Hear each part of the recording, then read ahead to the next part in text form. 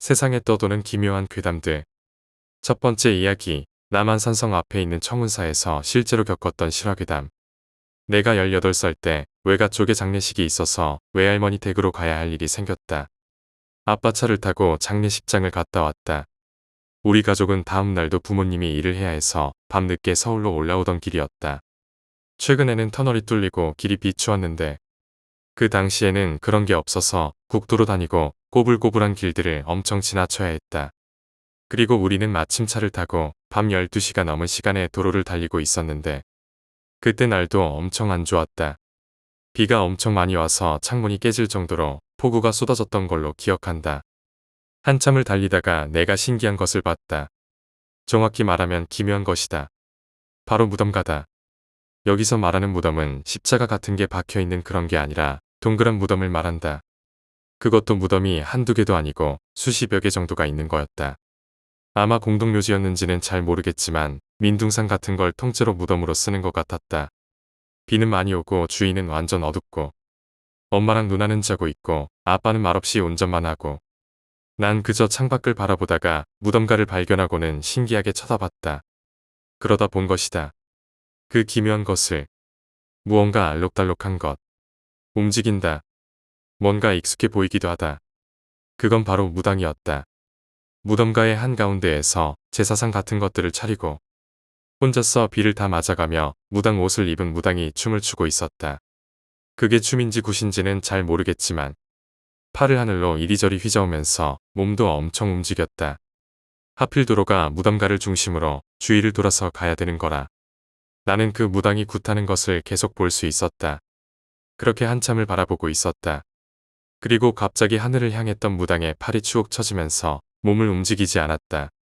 이제 굿이 끝났나라고 생각했을 때 무당이 머리만 갑자기 확 돌려서 나를 쳐다봤다. 비가 와서 완벽하게 보지는 못했는데 무당의 얼굴이 피범벅인지 빨간색의 액체가 엄청나게 묻어있고 나를 째려보는 것 같았다. 물론 깜짝 놀란 나는 황급히 누나를 깨워서 저것 좀 보라고 했지만 누나가 일어나는 순간 차가 터널 안으로 들어가 버려서 그 무덤가는 지나버렸다. 그리고 난 집에 왔다. 새벽 2시였나 3시였나? 아무튼 굉장히 늦은 시간이어서 우리 가족은 바로 집에 오자마자 다들 잠을 잤고 나 역시 내 방 침대에서 잠을 청했다. 그리고 시작됐다. 가위가 말이다. 그것도 엄청나게 센 가위였다. 가위를 9살 때부터 눌렸던 나는 웬만한 가위를 다 견뎌내왔고 가위에 눌리면 보통 귀신이나 그 가위의 정도를 어느 정도 파악할 수 있다. 근데 정말 그 가위는 역대급으로 강력했다. 단순히 몸을 못 움직이는 것이 아니라 숨을 쉬는 것조차 가쁘고 코와 폐에 힘을 줘야 숨도 간신히 쉴 수 있을 정도였다. 내가 너무 피곤해서 그런 건가 싶기도 하고 아까 본 무당에게서 무언가 나쁜 게 따라온 건가 싶기도 했다. 그리고 들렸다. 딸랑하는 방울 소리가 말이다. 방울을 엄청나게 흔드는 소리가 들렸다. 방울 소리를 듣자마자 바로 눈치챘다. 저건 무당이 굿할 때 흔드는 그 방울이라는 것을. 숨쉬기도 힘든 나는 가위를 풀기는커녕 눈도 꽉 감고 있었고 눈이라도 안 떠지면 다행이라고 생각했다. 그런데 눈이 저절로 떠졌다. 내 몸을 못 움직이게 하는 귀신은 많이 봤어도 내 몸을 움직이게 하는 정도의 귀신은 정말 15년 정도 가위 눌리면서 손에 꼽을 정도다. 그리고 내 침대 옆에는 누군가가 서 있었다. 얼굴은 피범벅에 눈까지 완전히 충혈되고 나를 죽일 듯이 원망하는 눈빛으로 째려보고 있었다. 그 무당 귀신과 눈을 마주치자 숨쉬기가 더 힘들어졌고 이대로 가다가는 내가 죽겠다 싶어서 숨쉬는데 모든 힘과 집중을 다했다. 그리고 그 무당 귀신의 얼굴이 움직였다. 입가가 천천히 올라가더니 나를 보고는 씩 웃었다. 무당 귀신이 씩 웃자 이빨이 보였는데 잇몸도 다 터졌는지 입에서까지 피가 새어나왔다. 나는 계속 헉헉대면서 귀신을 쳐다볼 수밖에 없었다. 그리고 1~2분 정도가 지나자 무당 귀신이 움직이기 시작했다. 아까의 방울 소리는 이 소리였던 것 같다. 무당이 한 손에는 방울을 들고 자고 있는 내 옆에서 굿을 하기 시작했다. 강시처럼 제자리에서 뛰어대며 혼잣말로 이상한 말을 중얼거리면서 특히 방울 소리가 날 미치게 만들었다. 방울 소리가 단순히 옆에서 들리는 것이 아니라 내 머릿속에서 울려대었다. 무당이 옆에서 굿을 하면 할수록 나는 더 숨을 쉬기가 힘들었고 결국엔 기절을 해버렸다. 눈을 뜨니 다음날 아침이었고 나는 잠을 한숨도 못 잔 것처럼 피곤했다. 일어나자마자 엄마에게 무당 귀신 이야기를 해주었지만 엄마는 내가 평소에 가위를 많이 눌리는 것을 알고 그날만 그랬을 거라고 생각하셨다. 물론 나도 그저 내가 장례식도 갔다 왔고 피곤해서 그날 하루만 그럴 거라고 생각했었다. 그리고 그날 밤 다시 내 숨이 가빠졌다. 둘째 날 밤 다시 내 숨이 가빠졌다. 이번에 눌리는 가위는 물론 숨도 쉬기 힘들 정도로 강력했지만 좀 특이한 점이 있었다. 바로 분명 눈을 감고 있는데 앞이 보인다는 것. 그리고 투시가 되어서 문 밖이랑 집 안, 그리고 집 밖에 뭐가 있는지까지 다 보인다는 것이다. 내가 육체 이탈을 한 것인지는 잘 모르겠지만 아무튼 집의 구조가 안방, 누나 방까지 다 보였다. 그리고 다시 그 소리가 들렸다. 방울 소리가 머릿속에서 계속 울려대서 자꾸만 나를 미치게 만들었다. 밖에서부터 방울 소리가 들렸다. 우리 집은 아파트 5층인데 복도 쪽에서 방울 소리가 들렸다. 그리고 점점 우리 집 쪽으로 다가왔다. 집 문 앞에서 집 안에서 거실에서 방울 소리가 들렸고 거실을 쳐다보니 그 무당이 서 있었다. 무당은 곧바로 내 방으로 다가왔고 무당이 걸을 때마다 방울 소리도 같이 들려왔다. 나는 너무 무서워서 마음속으로 살려주세요만을 외치고 있었는데 무당은 내 말을 못 듣는 것인지 무시하고 있는 것인지는 잘 몰랐지만 아무튼 결국 내 방 안으로 들어와 버렸다. 무당이 자고 있던 내 옆에 서 있었다. 그리고 또 굿이 시작됐다. 무당은 입으로는 자꾸 이상한 소리를 내면서 제자리에서 뛰어댔고 나는 할수록 숨도 쉬기 힘들어지고 머리도 어지럽고 미칠 지경이었다. 그렇게 30초 정도 혼잣말로 흥얼거리며 굿을 하다가 무당은 내 침대 위로 올라왔다. 정확히는 내 배 위로 올라왔고 내 배를 밟았다. 그리고 내 배 위에서 뛰었다. 누가 자고 있는데 내 배 위에서 뛰는 것은 정말 빡치는 일이다. 그것도 하필 내 몸이 움직이지도 못하고 정신은 깨어있고 뛰는 대상까지 사람이 아니라 귀신이라면 더욱 그렇다. 무당이 뛰면 뛸수록 배가 아플 줄 알았는데 오히려 머리가 아파왔다. 정말 터질 듯이 아팠다. 숨도 점점 쉬기 힘들어졌다. 그리고 결국 나는 어제처럼 기절해버렸다. 다음 날 아침 잠에서 깨어나도 머리가 계속 아파왔다. 엄마에게 일어나자마자 전날 밤의 이야기를 해주었고 엄마는 그제서야 좀 믿는 듯하였다. 머리에 열도 많이 나서 우선은 병원 먼저 갔다. 병원에서는 감기로 인한 고열이라고 판단하고 해열제를 먹고 링거를 맞았다. 한 3시간 정도 맞았나. 해열제랑 링거 덕분인지 낮잠을 자고 일어났다. 퇴원을 하고 집에 오는 길에 다시 몸이 아프기 시작했다. 병원에 방금 나왔는데 다시 병원에 가서 링거를 또 맞기에는 좀 오바인 것 같았다. 그리고 무엇보다 이건 내가 봐도 단순 감기 문제가 아닌 것 같았다. 집에 가니 엄마가 있었고 엄마와 나는 결국 무당집에 가기로 했다. 집에서 버스를 타고 두 정류장 정도에 위치한 곳에 갔다. 썩어 문드러질 우마. 무당이 날 보자마자 바로 욕을 퍼부었다. 평소 같았으면 나도 덩달아 빡쳐서 욕을 퍼부었지만 그 당시에는 몸이 너무 아파서 그냥 짜증만 났다. 대충 무당이랑 이런저런 이야기들을 했고 무당에게 무당 귀신 이야기를 하니까 환한 표정이었던 무당의 얼굴이 바로 굳어버렸다. 평소에는 반말만 썼던 그 무당이 갑자기 우리 엄마한테 존댓말을 쓰면서 죄송하지만 이건 제가 해결할 수 있는 수준이 아닙니다. 라고 하는 것이다. 무당의 말은 대충 이랬다. 무당끼리도 각자 모시는 신들이 있는데 그 무당이 모시는 신은 무당 귀신을 잡을 정도의 힘을 가진 신이 아니라서 자기가 내쫓을 수 없다는 것이다. 그러고는 갑자기 다른 방에서 뭔가를 가져왔는데 명함이었다. 다른 무당의 명함을 주었다. 이쪽으로 가라고 말이다. 근데 그 무당이 준 명함의 주인이 내 친구 엄마의 명함이다. 우리 엄마는 친구 엄마한테 피해를 너무 끼치는 것 같다고 잘 찾아가지 않았는데 이번에도 가야 되나 말아야 되나 계속 고민을 했다. 일단은 집으로 돌아가기 위해 택시를 탔다. 택시를 타고 집에 가고 있는데 마침 나한테 전화가 왔다. 내 친구였다. 우리 엄마가 니네 엄마 좀 바꿔달래. 어떻게 친구 엄마가 알아냈는지는 잘 모르겠지만 아무튼 전화번호가 없어서 친구 핸드폰으로 나한테 전화를 건 것이었다. 우리 엄마와 친구 엄마가 통화를 했고 내용은 부담 없이 얼마든지 와도 된다는 것과 지금 상태를 봐야 될 것 같으니 친구 엄마가 직접 우리 집으로 오겠다는 내용이었다. 우리는 집에 돌아왔고 얼마 지나지 않아서 친구랑 친구 엄마가 같이 우리 집에 찾아왔다. 옷차림도 무당 차림이 아니라 그냥 평범한 동네 어머니들의 옷차림이었다. 그러고는 나를 보더니 내가 진짜 손님이었으면 뺨이라도 한 대 쳤을 텐데 이러셨다. 친구 엄마가 하는 말은 내가 지금 상태가 심각한데 귀신 중에서도 무당 귀신 정도면 꽤나 상위 클래스라는 것이었다. 그래서 결국 나는 구슬하거나 오랫동안 퇴마를 해야 되는데 그럴 바에는 훨씬 싸고 좋은 방법이 있다고 했다. 바로 절에 가는 것. 집 앞에 남한산성이 있는데 거기 산 중간쯤에 청운사가 있다. 그 청운사에 가서 주지 스님한테 전화해 줄 테니 찾아가라고 하셨다. 몸도 아파 죽겠는데 산을 오르라니 진짜 지옥같이 힘들었다. 엄마랑 나는 청운사에 갔고 절의 입구에서 한 스님이 나를 기다리고 있었다. 우리는 스님이 안내한 방 안으로 들어갔고 그 방 안에는 무슨 이상한 도깨비들이랑 동자 스님들이랑 큰 부처님들의 동상들이 가득했다. 그 방 안에 들어가자마자 머리가 너무 조이는 듯이 아팠고 너무 아파서 입에서 신음소리가 저절로 났다. 스님은 내 앞에서 향을 피우더니 염주를 만지시면서 불경 같은 것을 외웠다. 향 냄새 때문인지 불경 때문인지 시간이 지날수록 내 몸이 가벼워졌고 머리의 통증도 가라앉았다. 그러고는 부적 같은 것을 써주고 절에 달력을 주었다. 부적이랑 달력에는 절 고유의 냄새가 아주 진하게 박혀 있었는데 잘 때 이 달력을 내 방문에 걸어놓고 부적은 문 말고 문 바로 앞 천장이나 문 위에 공간이 있으면 거기에 붙이라는 것이었다. 우리는 시키는 대로 했고 산에서 내려올 때는 정말 몸이 가벼워서 다 나은 것만 같았다.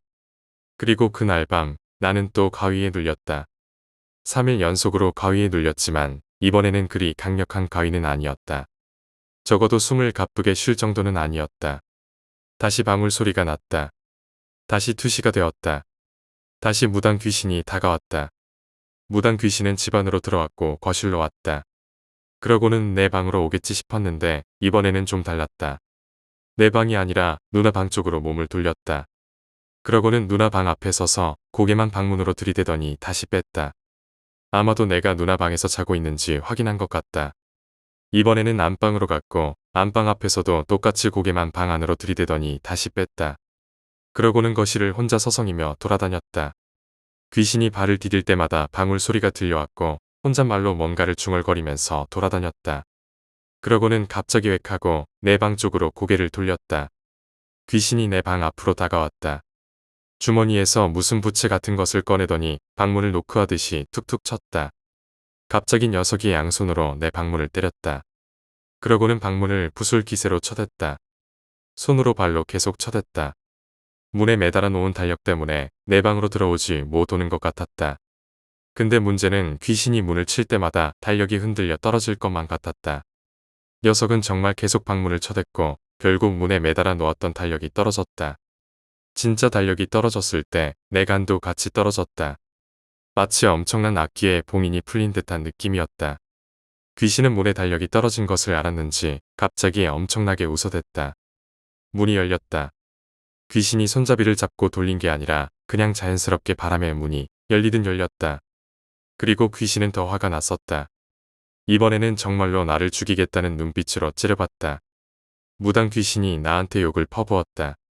그것도 이상한 말투에 무슨 이상한 욕들이 있었다. 난생 처음 듣는 욕들이었는데 무당 귀신이 굉장히 옛날 사람이었던 것 같다. 그런데 이상한 것은 무당 귀신이 내 방 안으로 들어와서 욕한 게 아니라 문 바로 앞에서 나를 째려보며 욕을 한 것이다. 나는 가위에 깨어나려고 온갖 수단과 방법을 다했지만 가위는 풀리지 않았다. 그저 누워서 욕만 계속 들었다. 무당 귀신은 한참을 나한테 욕을 퍼부어대더니 결국 집 밖으로 나갔고 가버렸다. 나는 그대로 잠이 들었고 아침에 일어나 보니 달력은 정말 떨어져 있었고 문도 열려 있었다. 달력을 다시 걸려고 했었는데 문 위에 붙인 부적이 보였다. 아마 귀신이 저 부적 때문에 내 방 안으로 들어오지 못했던 것 같다. 그리고 그 뒤로 무당 귀신은 내게 찾아오지 않았다. 두 번째 이야기, 할머니. 나는 할머니를 무척 좋아해서 어릴 때부터 늘 할머니에게 응석을 부리곤 했다. 아버지는 불의의 사고로 내가 어릴 때 일찍 세상을 떠나셨다. 할아버지마저 먼저 보내셨던 할머니는 유일한 혈육인 나를 무척 사랑해 주셨다. 하지만 어머니는 할머니와 사이가 그다지 좋지 않았던지 할머니 댁에 갈 때면 언제나 나 혼자 갈 뿐 어머니는 함께 오지 않았다. 나는 매주 일요일 오전마다 할머니와 함께 신사의 참배를 가곤 했다. 할머니는 몹시 신앙이 깊었기에 비가 오는 날이라도 참배는 반드시 가셨다. 아버지가 세상을 떠난 후부터 단 한 번도 빠짐없이 매주 일요일마다 신사를 찾았다고 한다. 할머니의 따뜻한 손을 잡는 것이 무척 기분 좋아서 나는 참배 가는 것을 좋아했었다. 신사에 도착하면 할머니는 언제나 손을 모으고 조용히 고개를 숙였다. 그리고 대단히 오랫동안 눈을 감고 기도를 올렸다. 나는 언제나 단순한 소원만을 빌고 할머니의 진지한 옆얼굴을 바라보곤 했다.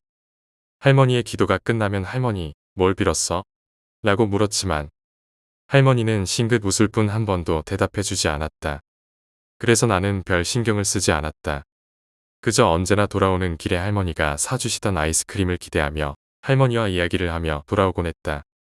그러는 한편 나는 어릴 적부터 영능력이 강하다고 할까 계속해서 나쁜 영에 의해 괴롭힘을 당하곤 했다. 매일 가위에 눌리다 보니 도저히 잠을 잘 수가 없어 불면증에 시달리곤 했다. 자고 있는 와중에도 누군가 다리를 만지는 것이 느껴지거나 뱃속에서 바늘로 쿡쿡 찌르는 것 같은 느낌이 드는 등 점점 괴롭힘도 심해져 갔다. 어머니와 함께 영능력자라는 사람을 몇 번 만나보기도 했지만 무슨 일을 해도 소용이 없었고 돈도 엄청나게 들어서 나도 체념하고 그저 괴로워하고 있을 뿐이었다. 중학교 3학년이 될 무렵에는 그 정도가 점차 심해져 교통사고도 여러 번 당하고 매일 밤마다 가위에 눌리곤 했다. 거기에 귀신 때문인지 환각마저 보이기 시작해 학교에도 못 나갈 지경이었다.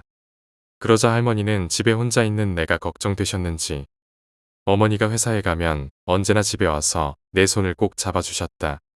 그나마 할머니와 함께 있는 시간만이 내게는 유일하게 안식을 취할 수 있는 순간이었다. 어머니는 일 때문에 집에 돌아오는 게 늦어서 그다지 이야기도 잘 나누지 못했다.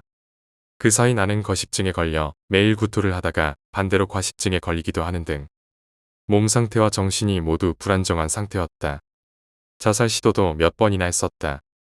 하지만 그때마다 실패해서 사는 게 너무나도 괴로운데 정작 죽지도 못하는 최악의 상태에 빠져 있을 뿐이었다. 그 탓에 언제나 할머니와 함께하던 참배도 하지 못했다. 그리고 내가 중학교를 졸업하자마자 나의 유일한 버팀목이었던 할머니가 세상을 떠났다. 나는 펑펑 울었다. 한동안 할머니 방에 틀어박혀서 할머니의 옷이나 이불을 꼭 끌어안고 눈물만 흘리고 있었다. 하지만 그 와중에도 어머니는 평소처럼 태연하게 회사에 출근을 했다. 솔직히 어머니 덕분에 먹고 살고는 있지만 그런 모습에 화가 치밀었다. 그리고 할머니가 돌아가신 지 2주 정도 지났을까. 점차 내 주변에서 나쁜 영에 의한 괴롭힘들이 사라지기 시작했다. 내게 딱 4명만 있던 친구 중 1명은 전화로 내가 가지고 있던 아픔들을 할머니가 모두 가지고 천국으로 가신 걸 거야 라고 말했다. 그 이야기를 듣고 나는 또 눈물을 참을 수 없었다. 1년 정도 지나자 나는 완전히 괴롭힘에서 해방되었다. 제대로 학교도 다닐 수 있게 되었고 아르바이트도 하면서 친구들과 즐거운 나날을 보내고 있었다. 그러던 와중에 할머니가 사시던 집을 팔게 되었다. 짐을 정리하기 위해 나는 오랜만에 할머니 댁을 찾았다. 이제 할머니에 대한 그리움도 조금씩 옅어지고 있고 매일 무덤을 찾아 할머니와 이야기를 나누던 무렵이었다. 서랍 안을 정리하고 있는데 보자기에 쌓인 할머니의 낡은 일기장이 몇 권 나왔다. 그것은 매주 일요일마다 쓴 것이었다. 일기를 읽고 나서 나는 정신을 잃을 것만 같았다. 처음으로 일기가 써진 날은 아버지가 돌아가신 날이었다. 그때까지 나는 아버지의 죽음이 사고로 인한 것이라고 알고 있었지만 실은 자살이었다고 일기에 적혀 있었다. 원인은 어머니의 바람이었다고 한다. 충격이었고 눈물이 나왔다. 하지만 다음 페이지를 보았을 때 순간적으로 온몸에 소름이 돋았다. 거기에는 나를 향한 할머니의 증오가 고스란히 담겨 있던 것이다. 그것도 처음부터 끝까지 전부 다였다. 나는 어머니가 바람 피운 상대의 딸이라는 문장부터 시작해 죽이고 싶다던가 죽어버렸으면 좋겠다는 등 내가 알고 있던 할머니와 같은 사람이라고는 도저히 믿을 수 없는 이야기들이 적혀 있었다. 언제나 신사에 갈 때면 내가 괴로워하며 죽기만을 신사에서 빌고 있었다는 것이다. 그렇게나 긴 세월 동안 매주마다 천천히 바로 옆에 있는 어린 내가 저주받아 죽기만을 바라고 있었던 것이다. 할머니의 염원이 통했던 것인지 나는 무척 괴로웠다. 그리고 할머니도 괴로워하며 세상을 떠났다. 할머니가 돌아가신 후 나는 할머니의 집을 정리하러 갔다. 그곳은 내가 어린 시절부터 자주 갔던 익숙한 공간이었다. 짐을 정리하는 동안 서랍 안에서 보자기에 쌓인 낡은 일기장을 발견했다. 그 일기장은 매주 일요일마다 쓴 것이라고 적혀 있었다. 그것을 열어본 순간 나는 소름이 돋았다. 처음으로 써진 날짜는 아버지가 돌아가신 날이었다. 그때까지 나는 아버지의 죽음이 사고로 인한 것이라고만 알고 있었지만 실상은 자살이었다. 그리고 그 자살의 원인이 어머니의 바람이었다는 내용이 적혀 있었다. 그 일기장을 읽고 나는 충격을 받았다. 하지만 가장 끔찍한 내용은 그 이후에 적혀 있었다. 할머니는 내게 증오를 품고 있었다. 일기장을 넘기면서 나는 점점 더 그 내용에 압도당했다. 어머니가 바람 피운 상대의 딸. 죽이고 싶다. 죽어버렸으면 좋겠다. 내가 알고 있던 할머니는 그런 사람이 아니었다. 하지만 그 일기 속 할머니는 내게 끔찍한 저주를 내리고 있었다. 언제나 신사에 갈 때마다 나는 죽기만을 바라고 있었다는 것이다. 그 긴 세월 동안 할머니는 내 옆에서 나를 저주하며 죽기를 바랐다. 그것도 매주 일요일마다 나를 괴롭히며 내가 겪은 모든 고통은 단지 할머니의 저주 때문이었다는 생각에 머리가 아팠다. 할머니는 나를 죽이기 위해 여러 가지 방법을 찾았고 그 저주가 점차 현실이 되어갔다. 나는 계속해서 괴로워했다. 그 괴로움은 점차 깊어졌고 나를 붙잡고 있던 악한 영이 더욱 강해졌다. 그때부터 나는 할머니의 집에서 이상한 일들을 겪기 시작했다. 밤마다 정체불명의 소리가 들렸다. 누군가 나를 부르는 목소리도 들렸다. 그 소리는 점점 가까워져 마치 내 바로 옆에 있는 것처럼 들렸다. 나는 두려움에 떨며 그 소리를 무시하려 했지만 점점 더 견디기 힘들어졌다. 그렇게 몇 날 며칠을 보내고 나는 결국 집을 떠나기로 결심했다. 하지만 그 후에도 나는 계속해서 이상한 일들을 겪었다. 밤마다 귀신의 그림자가 나를 따라다녔다. 내가 어디를 가든 그 그림자는 나를 쫓았다. 어디서든 나를 쳐다보는 눈길이 느껴졌고 그 눈빛은 차갑고 날카로웠다. 그림자가 가까워질 때마다 나는 더 이상 견딜 수가 없었다. 어디서든 느껴지는 그 불길한 기운에 나는 점점 미쳐가고 있었다. 어느 날 집에 돌아왔을 때 모든 불빛이 꺼져 있었다. 방 안에 들어가자마자 누군가 나를 불렀다. 그 목소리는 너무나도 익숙했다. 그것은 바로 할머니의 목소리였다. 그 소리에 끌려 방 밖으로 나가자 아무도 보이지 않았다. 하지만 공기 속에서 뭔가 뒤틀린 느낌이 들었다. 내 몸은 얼어붙고 숨이 막혔다. 그 순간 바로 뒤에서 누군가 나를 잡아당기는 기분이 들었다. 그 손은 너무 차가웠고 내 몸을 완전히 감싸며 나를 끌고 갔다. 나는 힘을 써서 그 손을 떼려고 했지만 그 손은 더욱 강하게 나를 움켜잡았다. 눈을 뜨면 아무것도 보이지 않았고 귀도 막혔다. 나는 그저 추위와 고통 속에서 벗어나기 위해 몸부림쳤다. 그러나 결국 나는 그 손에 끌려 어두운 곳으로 빠져들었다. 그곳은 내가 마지막으로 기억하는 할머니의 집이었다. 그 집에서 일어난 일들은 점점 더 끔찍하게 변해갔다. 내가 그 집을 떠날 때 그 집 안에서 마지막으로 들린 소리는 할머니의 웃음소리였다. 그 웃음은 너무나도 기괴하고 내 머릿속에서 계속 맴돌았다. 나는 그 집에서 완전히 벗어나야 한다는 결심을 했다. 하지만 그 집을 떠난 후에도 악몽은 끝나지 않았다. 매일 밤마다 그 집의 그림자가 나를 쫓았다. 어디를 가든 그 그림자는 나를 따라왔다. 할머니의 목소리는 여전히 내 귓가에 들려왔다. 그 목소리는 점점 더 가까워지며 나를 사로잡았다. 내가 아무리 도망쳐도 그 그림자는 나를 놓아주지 않았다. 결국 나는 그 집을 다시 찾게 되었다. 그곳에서 나는 할머니의 저주가 끝나지 않았음을 깨달았다. 모든 것이 나를 향해 다가오고 있었고 나는 그저 끔찍한 운명에 끌려들 뿐이었다. 세 번째 이야기, 기괴한 사내 아이. 소꿉친구네 집으로 놀러가는 길에 겪은 이야기다. 친구네 집은 자전거로 15분 거리였다. 우리 동네는 논이 많고 가로등이 적어서 밤이 되면 엄청 어두웠다.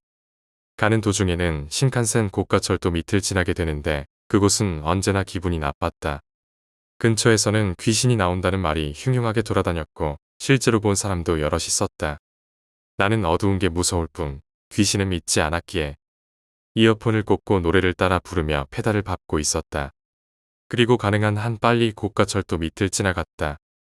조금 안심할 무렵 앞을 보니 티셔츠에 청바지를 입은 사내 아이가 가로등 근처에 서 있었다. 논을 바라보는 것 같았다. 나는 내가 부른 노래를 들었을까 부끄러워하며 사내 아이 오른편으로 지나갔다. 하지만 이상했다. 지나가는 순간 내 왼편에는 논 배수로밖에 보이지 않았다. 사내 아이는 바로 거기 있었는데 나는 당황해 자전거를 세우고 뒤를 돌아봤다. 아무도 없었다. 이상하다 싶어 다시 페달을 밟기 시작했다. 그러자 정확히 1m 정도 앞, 그러니까 바로 앞에 아까 그 사내 아이가 나를 보며 서 있었다. 부딪힌다는 생각에 나는 핸들을 확 꺾었고 그대로 넘어졌다. 넘어지는 와중에 사내 아이의 얼굴이 보였다. 그 얼굴을 지금도 잊을 수 없다. 코가 없었다. 입술도 없었다. 정확히는 윗입술만, 위쪽만 드러나 있는 정말로 괴상한 모습이었다. 눈을 비비고 다시 보니 거기에는 아무도 없었다. 자전거 페달을 힘껏 밟았다. 나를 쫓는 그 목소리, 그 소리는 아직도 선명하게 들린다. 놀자. 왼쪽 뒤편에서 들린 그 말은 분명히 사람의 목소리였다. 두려움에 사로잡혀 발걸음이 멈출 뻔했다. 그것이 나를 향해 다가오는 느낌이었지만 나는 도망쳤다. 다리가 까져서 피가 나고 있었지만 전혀 신경 쓰지 않았다. 무엇보다 중요한 건 뒤를 돌아보지 않고 계속 페달을 밟는 것이었다. 뒤에 무엇이 따라오고 있을지 알 수 없었기에 그저 그 자리를 떠나는 것이 최선이었다. 소꿉친구네 집까지 가는 길은 그야말로 긴박했다. 뒤에서 들려오는 소리는 점점 더 가까워지고 있었다. 소리가 다가오는 순간 나는 잠시 눈을 감았다. 소리 자체는 언제나 나를 따라오는 듯한 느낌을 줬다. 그 목소리가 점점 더 명확해지며 내 귀에 들려왔다.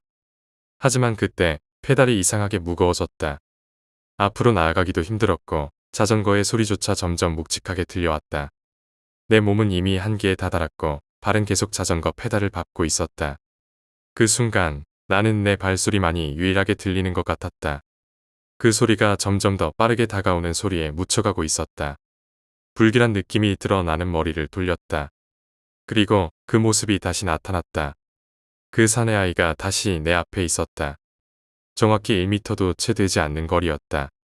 이번에는 얼굴을 제대로 볼 수 있었다.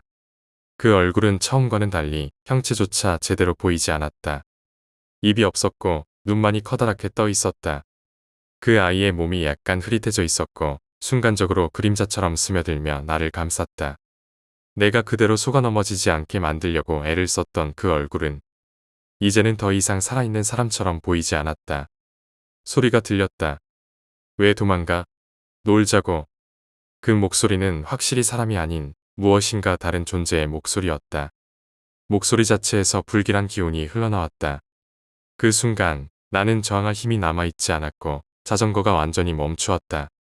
그 아이는 이제 내 바로 앞에서 나를 쳐다보고 있었다. 그 아이의 눈이 흔들리면서 두 눈동자가 점점 커졌다. 그 눈동자 속에 무엇인가 다른 게 있었다. 불쑥 나를 붙잡을 듯한 기세로 다가왔다. 그와 동시에 나는 사내 아이에게서 이상한 냄새를 맡았다. 녹슬고 썩어가는 듯한 냄새, 사람의 체온이 아닌 차가운 느낌이 났다. 그것은 단순한 공포가 아니었다. 그냥 살아있는 것 같은 느낌이 들지 않았다. 다시 눈을 감고 싶었지만 나는 도망쳐야 했다. 내가 다리를 뻗어 자전거를 멈추고 일어설 수 있는 순간에도 그 사내 아이는 여전히 내 뒤에 있었다. 다시 페달을 밟기 시작했을 때 내 몸은 거의 마비된 상태였다. 무엇인가 나를 따라오는 것이 분명했다. 그때 또 다른 목소리가 들렸다. 놀자고. 내 마음속 깊은 곳에서 불안과 공포가 합쳐지며 퍼졌다. 나는 정신을 차리기 위해 계속해서 자전거 페달을 밟았고 그 목소리도 계속해서 내 귀에 들려왔다. 그 아이는 이제 내가 돌아보지 않으니 점점 더 흡수되듯 가까워지고 있었다. 소리가 커져갔다. 나는 그만큼 더 속도를 내야 했다. 그 순간 갑자기 자전거가 느려졌다. 느리게 느껴졌고 그 아이가 내 옆을 스쳐갔다. 하지만 내 왼쪽으로 스쳐간 그 아이는 이미 내 앞에 있었다. 고가철도 밑을 지나며 나는 숨을 참았다. 다시 그 사내 아이를 볼 수 없었지만 내 주변을 감싸는 공기가 매우 달라져 있었다. 고가철도를 지나면서 나에게 닿은 기운이 달라지기 시작했다. 어떤 존재의 시선이 나를 쳐다보고 있는 것 같은 느낌이었다. 그리고 나는 그 순간 그 사내 아이가 여전히 내 뒤에 있다는 걸 확신했다. 이상하게도 그 느낌은 점점 더 가까워졌다. 하지만 내가 아무리 달려도 그 존재는 내 옆에 있어. 내 속도보다 빠르게 움직이는 듯했다. 불안하고 혼란스러웠지만 나는 달려야만 했다. 목소리가 들리자 나는 달리기 시작했다. 하지만 그 목소리는 내가 어디로 가든지 들려왔다. 그 소리가 나를 집어삼킬 것만 같았다. 그 순간 눈앞이 모두 어두워지기 시작했다. 길이 흐릿해졌고 신호등 불빛은 점점 멀어지고 있었다. 어딘가 익숙한 공간, 그러나 전혀 익숙하지 않은 느낌이었다. 고속도로가 끝나자 나는 더 이상 앞을 볼 수 없었다. 어둠 속에서 어떤 무언가가 나를 지켜보고 있다는 느낌이었다. 그것은 사람의 눈이 아니었다. 그것은 무엇인가 다른 존재였다. 결국 나는 멈췄다. 뒤를 돌아봤다. 그 산에 아이가 서 있었다. 그 아이는 더 이상 나를 쫓지 않고 그저 멀리서 나를 쳐다보고 있었다. 그 아이의 눈은 여전히 나를 바라보며 눈동자가 초점 없이 흔들리고 있었다. 내가 가는 길은 끝나지 않았다. 그 순간 나는 내가 놓친 것이 무엇인지 깨달았다. 그 사내 아이의 얼굴은 점점 흐려지기 시작했다. 하지만 그 뒤에 더 큰 그림자가 서 있었다. 그것은 나를 향해 다가오는 듯했다. 그리고 나는 다시는 그 그림자를 피할 수 없음을 알았다.